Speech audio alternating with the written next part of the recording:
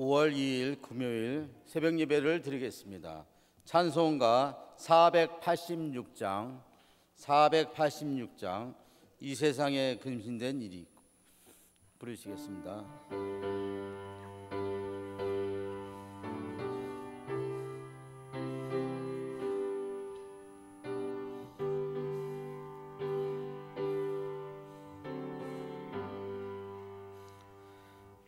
이 세상에 근심된 일이 많고 참 평안을 몰랐구나. 내 주 예수 나로라 부르시니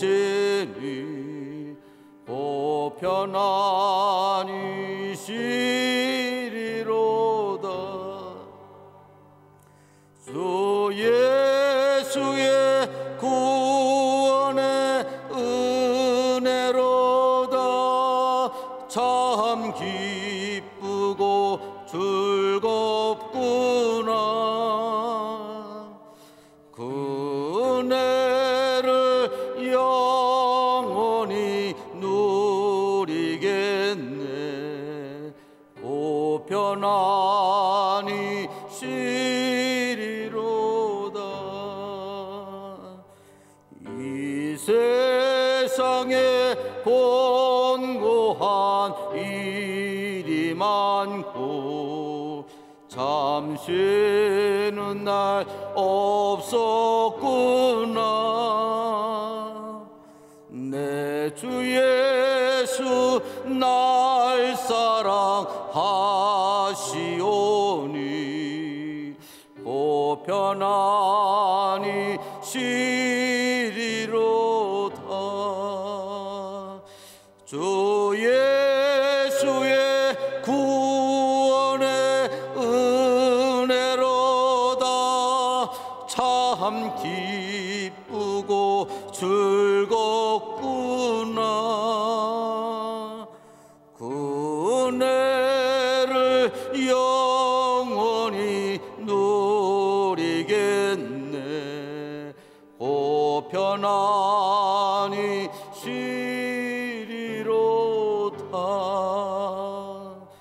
이 세상에 죄악된 일이 많고 참 죽을 일 쌓였구나. 내 주 예수 날 건져 주시오니 보편하니 시리로다.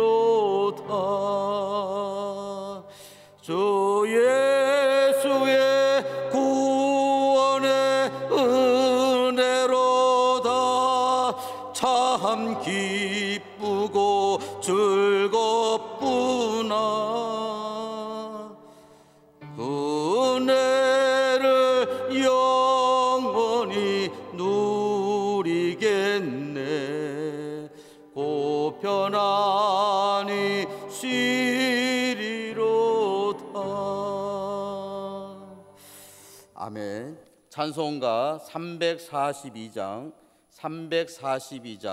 너 시험을 당해 부르시겠습니다.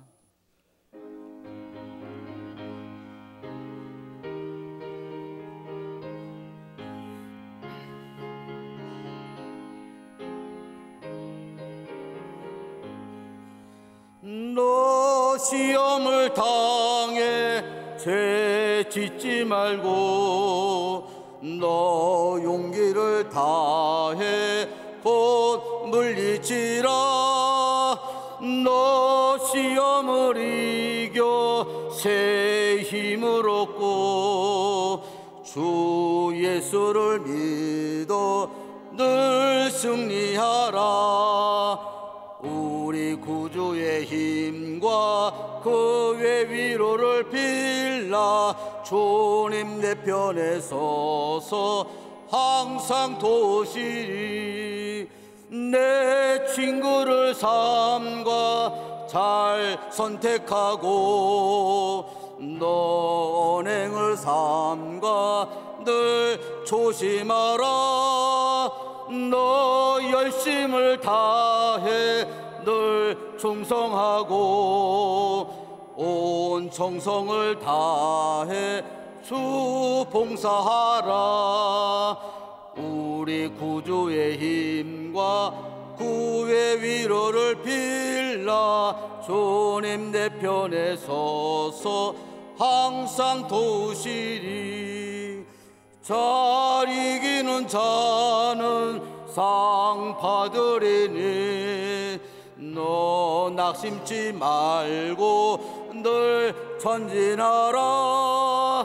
내 구세주 예수 힘 주시리니 주 예수를 믿어 늘 승리하라. 우리 구주의 힘과 그의 위로를 빌라. 주님 내 편에 서서 항상 도우시리. 아멘. 사도신경 하시겠습니다. 나는 전능하신 아버지 하나님 천지의 창조주를 믿습니다. 나는 그의 유일하신 아들 우리 주 예수 그리스도를 믿습니다. 그는 성령으로 잉태되어 동정녀 마리아에게서 나시고 본디오 빌라도에게 고난을 받아 십자가에 못 박혀 죽으시고 장사된 지 사흘 만에 죽은 자 가운데서 다시 살아나셨으며 하늘에 오르시어 전능하신 아버지 하나님 우편에 앉아 계시다가 거기로부터 살아있는 자와 죽은 자를 심판하러 오십니다. 나는 성령을 믿으며 거룩한 공교회와 성도의 교제와 죄를 용서받는 것과 몸의 부활과 영생을 믿습니다. 아멘. 이 시간 안종원 목사님께서 귀한 말씀을 증거하시겠습니다.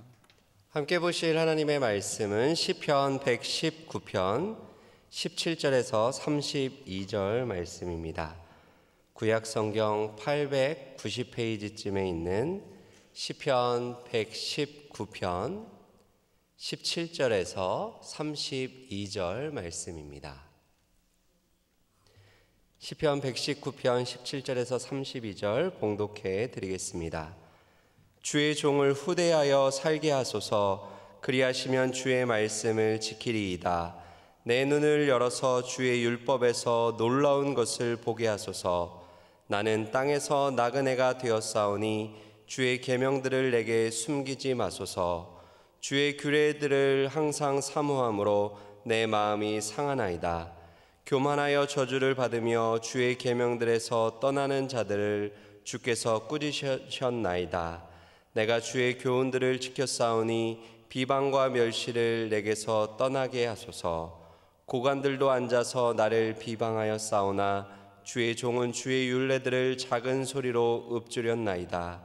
주의 증거들은 나의 즐거움이요 나의 충고자니이다. 내 영혼이 진토에 붙어 싸우니 주의 말씀대로 나를 살아나게 하소서. 내가 나의 행위를 아뢰매 주께서 내게 응답하셨사오니 주의 율례들을 내게 가르치소서. 나에게 주의 법도들의 길을 깨닫게 하여 주소서. 그리하시면 내가 주의 기이한 일들을 작은 소리로 읊조리리이다. 나의 영혼이 눌림으로 말미암아 녹사오니 주의 말씀대로 나를 세우소서.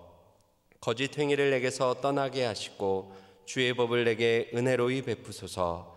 내가 성실한 길을 택하고 주의 규례들을 내 앞에 두었나이다. 내가 주의 증거들에 매달려 싸우니 여호와여 내가 수치를 당하지 말게 하소서. 주께서 내 마음을 넓히시면 내가 주의 계명들의 길로 달려가리이다. 아멘. 신앙생활에서 중요한 것이 있다면 그것은 하나님을 아는 것과 또한 내가 누구인지를 아는 것입니다. 종교개혁자 칼빈은 이 사실을 가장 핵심적으로 잘 요약하여 우리에게 가르쳐 주었는데요. 특별히 칼빈은 하나님을 아는 것과 자신을 아는 지식은 서로 연결되어 있다라고 이야기를 합니다. 오늘 본문은 특별히 이 땅을 살아가는 하나님의 백성들, 고통 가운데 있고 시련 중에 있는 하나님의 백성들이 어떠한 사람인지를 우리에게 잘 가르쳐 보여줍니다. 오늘 본문은 주의 종을 후대하여 살게 해달라는 강구로 시작이 되는데요. 17절 말씀을 우리 한번 볼까요? 17절 같이 한번 읽겠습니다. 시작. 주의 종을 후대하여 살게 하소서. 그리하시면 주의 말씀을 지키리이다. 여러분, 여기서 우리가 주목해야 하는 표현은 주의 종이라는 표현이지요. 시인은 자신을 가리켜 또한 우리가 누구인지를 가르쳐 주는데 주의 종이라는 것이죠. 여러분, 이 표현은 하나님과 언약을 맺은 자, 하나님의 돌보심을 받는 자라는 의미를 가지고 있습니다.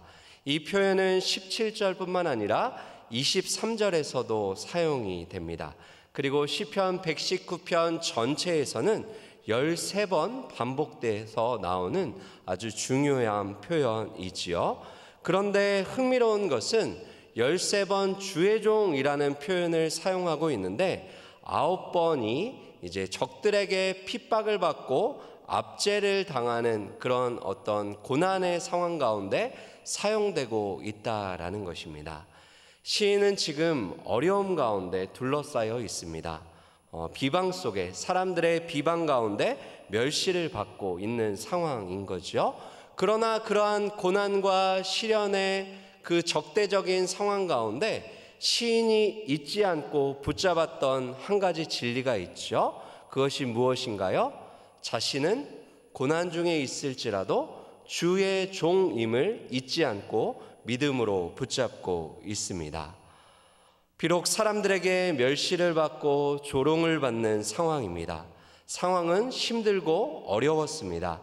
그러나 시인은 여전히 자신이 하나님의 돌보심을 받고 있는 주의 종임을 기억하며 그 모든 어려움을 헤쳐나갈 힘과 용기를 얻게 되는 것이죠.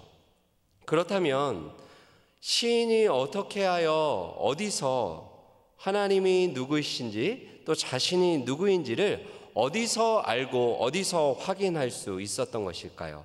그것은 바로 기록된 하나님의 말씀, 성경을 통하여 하나님이 누구이신지를 알게 되었고 자신이 누구인지를 깨닫게 되었던 것이죠.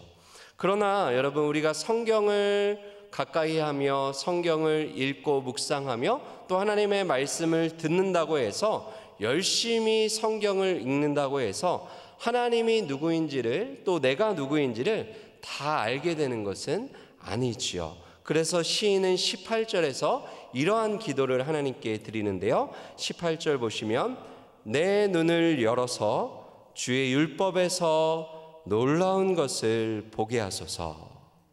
시인이 간구하고 있는 것이 무엇이죠? 기도하고 있는 것이 무엇입니까? 자신의 눈을 열어달라라는 것이죠. 하나님이 내 눈을 열어주시지 않으면 아무리 성경을 열심히 읽고 묵상한다 해도 그 성경을 통하여 하나님을 볼 수 없고 나를 볼 수 없다라는 것이죠. 시인은 이러한 자신의 현실, 영적으로 자신이 눈먼 자임을 통감하면서 하나님께서 그의 눈을 열어주시기를 간구하고 있습니다. 여러분, 이것을 교리적으로 표현할 때 성령님의 조명하심이라고 부릅니다. 성령께서 우리에게 조명하여 주지 않으시면 우리는 이 말씀을 아무리 읽지만 그곳에서 하나님의 기이한 것들을 발견할 수 없다라는 것입니다. 여러분, 하나님의 말씀은 단순히 정보를 주고 지식을 주는 것이 아니지요. 따라서 IQ가 높다고 해서 공부를 많이 했다고 해서 이 성경의 진리를 이해하거나 깨달을 수 있는 것이 아닙니다. 성령께서 우리의 어두운 눈을 열어 주실 때에만이 우리는 하나님을 알게 되고 하나님의 뜻을 알게 되고 나 자신이 누구인지를 비로소 발견하게 되는 것이죠.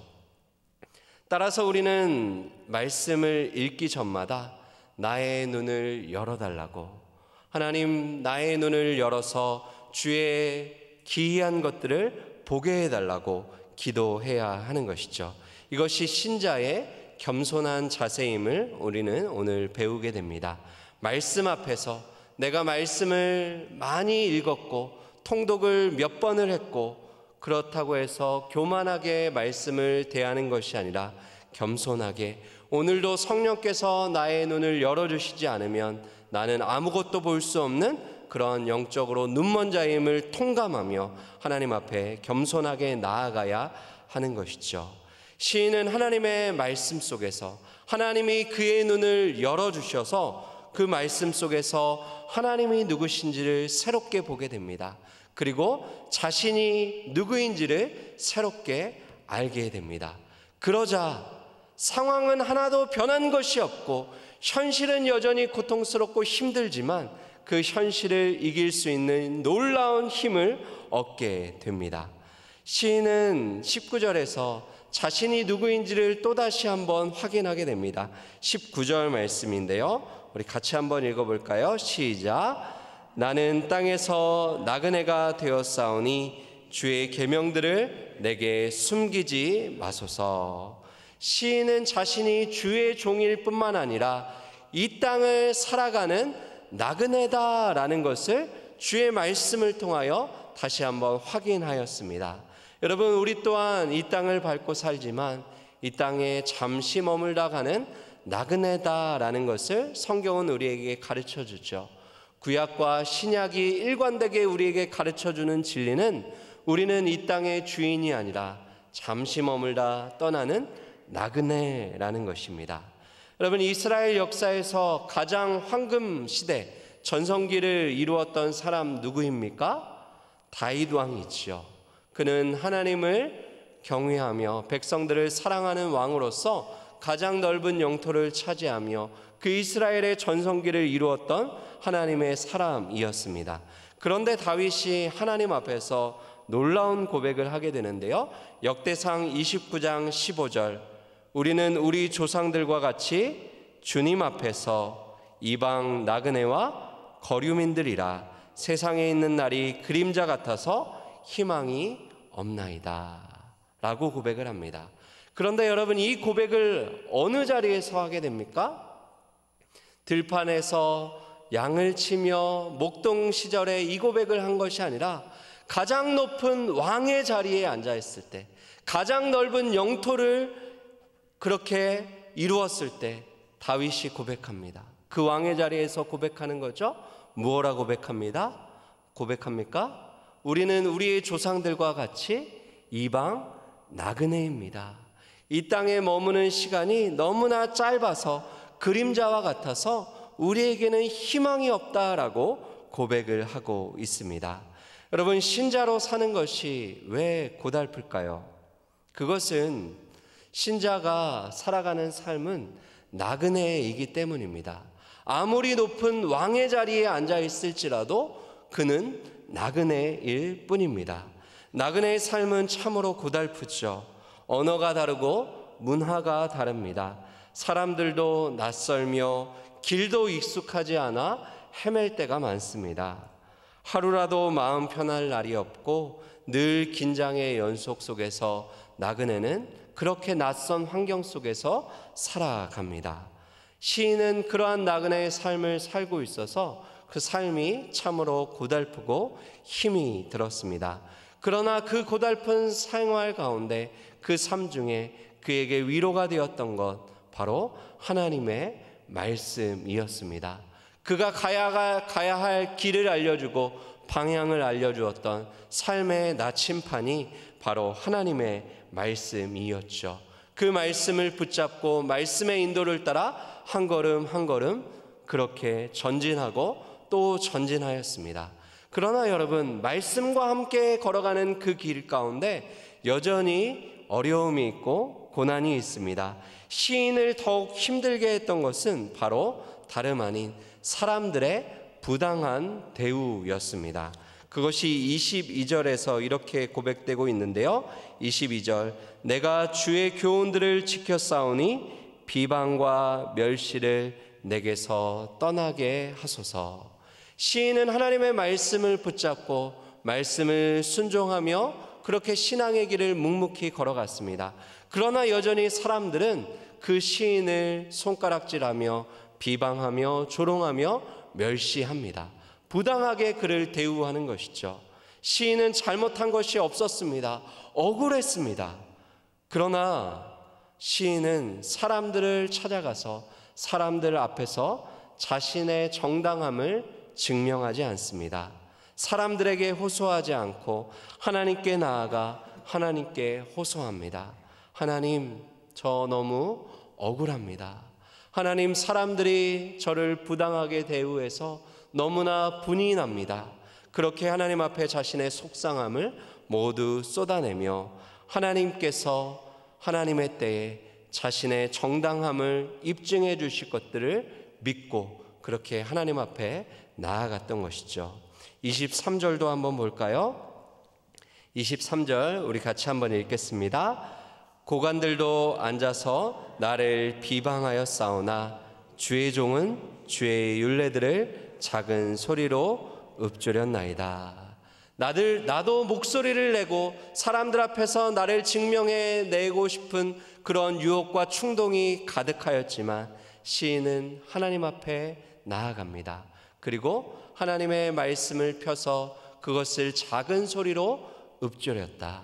읽고 묵상하며 말씀을 통하여 그 모든 고단한 현실을 이길 힘을 얻었다라고 이야기를 하는 것이죠. 사람들이 나에 대해서 근거 없는 말을 하고 다닐 때 우리는 사람들의 말을 곱씹으며 그것을 묵상해서는 안 됩니다. 우리는 사람들에게 비방과 멸시를 받을 때 그들의 말을 곱씹는 대신 주의 율례, 기록된 하나님의 말씀인 성경을 곱씹으며 묵상해야 하는 줄 믿습니다.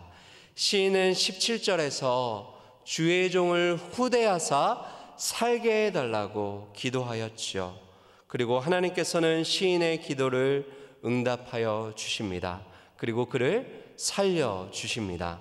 그런데 여러분, 하나님께서 그를 살려주신 방법이 무엇이었습니까?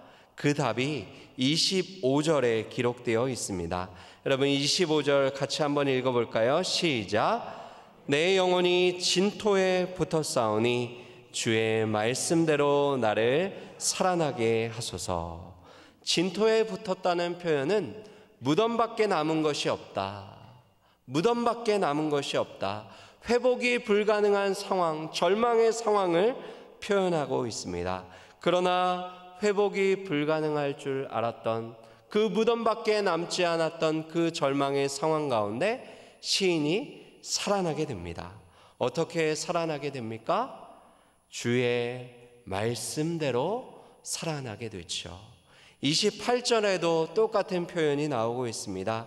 28절, 나의 영혼이 눌림으로 말미암아 녹사오니 주의 말씀대로 나를 세우소서.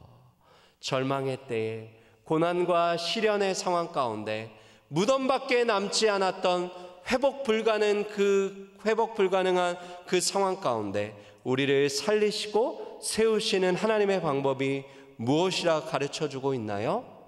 주의 말씀대로입니다.